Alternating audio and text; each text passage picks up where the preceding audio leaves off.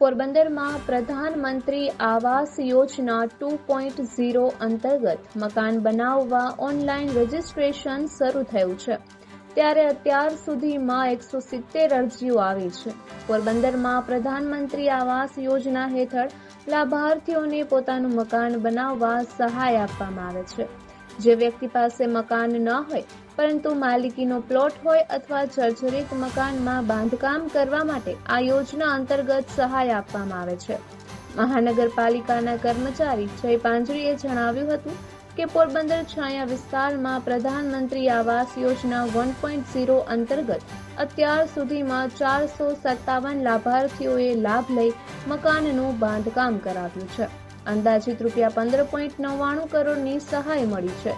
અત્યાર સુધી પ્રધાનમંત્રી આવાસ યોજના 1.0 અંતર્ગત એક લાભાર્થીને મકાન બનાવવા ₹3.50 લાખ સહાય આપવામાં આવતી હતી.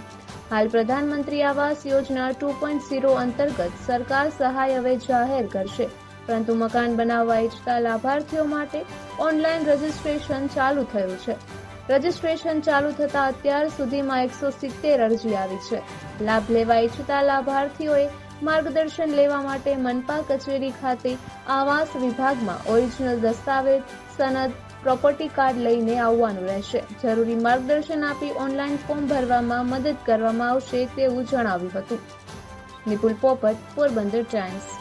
પ્રધાનમંત્રી આવાસ યોજના જે 1.0 જે હતી એમાં પોરબંદર છાયા નગરપાલિકા, પોરબંદર અને છાયા જે બે અલગ અલગ નગરપાલિકા તેના થઈને 457 જેટલા લાભાર્થીઓ હતા જે અમે લાભ આપેલો હતો. આ BSC છે, બેનિફિશિયરી લેડ સ્કીમ હતી. આ તો એમાં જે લાભાર્થી છે તેમણે પોતે અરજી કરીને પોતાના મકાન માટે આ યોજનામાં જોડાવાનું રહેતું હતું. 2.0 જે છે પ્રધાનમંત્રી આવાસ યોજનાની એ હમણાં જ લોન્ચ થઈ છે સેન્ટ્રલ ગવર્મેન્ટ દ્વારા.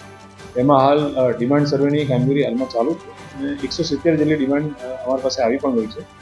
રાજ્ય સરકાર દ્વારા આ બાબતે જે વધુ વિગતવાર સૂચનાઓ છે એ ટૂંક સમયમાં જાહેર કરવામાં આવશે.